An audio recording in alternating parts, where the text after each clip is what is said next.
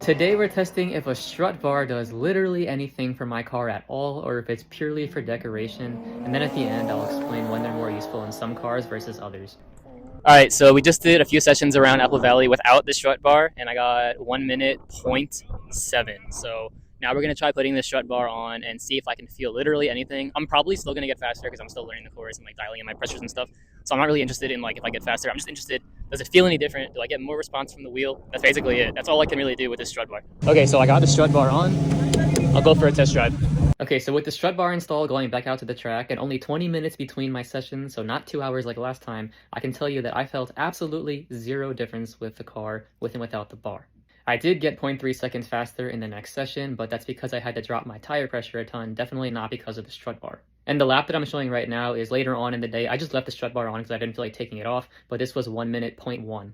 So why does the strut bar do nothing in my car? It's because I have double wishbone suspension with a very bulky, rigid firewall.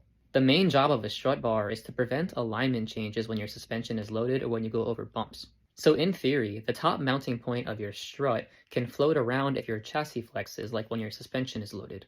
And in a McPherson type suspension, when that top mounting point moves, your alignment changes a lot.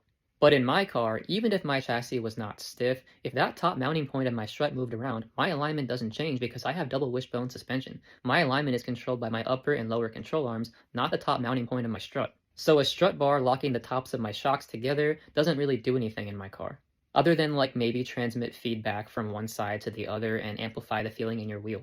Now you could make the argument that my upper control arms are also mounted to the sheet metal somewhere below that strut top mounting point, but the thing is that in my car, the sheet metal is also very stiff. My chassis is very stiff because it's just like an over-engineered car. That's the same reason I don't have a roll cage in my car. The sheet metal in my car isn't really flexing in the same way that you would see on a lighter, older car.